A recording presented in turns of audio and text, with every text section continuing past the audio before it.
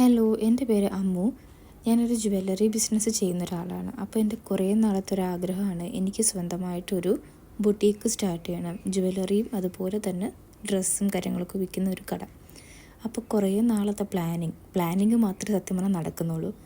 അതിന് വേണ്ടിയിട്ട് ഒരു കാര്യവും ചെയ്യാറില്ല. അപ്പം ഇപ്പം എനിക്ക് തോന്നി പ്ലാൻ ചെയ്തുകൊണ്ടിരുന്നെങ്കിൽ നമ്മൾ പ്ലാൻ ചെയ്തുകൊണ്ടേ ഇരിക്കത്തുള്ളൂ. നമ്മൾ അതിനു വേണ്ടി ഇറങ്ങുക. ചിലപ്പം വർക്കൗട്ട് ആവും, എനിക്ക് ഉറപ്പില്ല.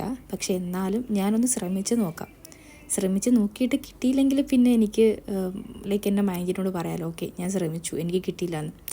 പക്ഷെ ഞാൻ എന്നാലും വെറുതെ ഇരിക്കില്ല, എനിക്ക് ട്രൈ ചെയ്ത് നോക്കണം.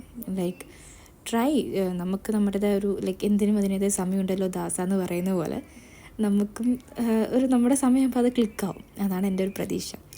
അപ്പം ജ്വല്ലറി ചെയ്യുന്നത് it was not an easy task. ഞാൻ ആദ്യമേ ചെയ്തപ്പോൾ അത്ര എളുപ്പമൊന്നും അല്ലായിരുന്നു.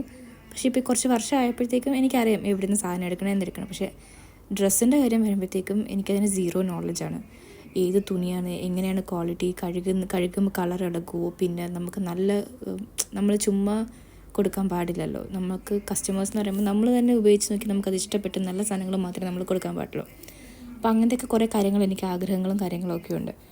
അപ്പം ഞാനിപ്പോൾ കുറച്ച് ലിസ്റ്റ് എഴുതി വെച്ചിട്ടുണ്ട്. നമുക്ക് എന്തൊക്കെയാണ് ആദ്യം വേണ്ടത്. ആദ്യം ബിസിനസ് പ്ലാനിങ് വേണം, പിന്നെ നമുക്കൊരു പേര് കണ്ടുപിടിക്കണം, എവിടെ നിന്ന് സാധനം എടുക്കും, എങ്ങനെ വിൽക്കും, അങ്ങനെ അതിൻ്റെ കുറേ കാര്യങ്ങളും ഒക്കെ ഇനി ആലോചിക്കാനും കണ്ടുപിടിക്കാനും ഒക്കെയുണ്ട്.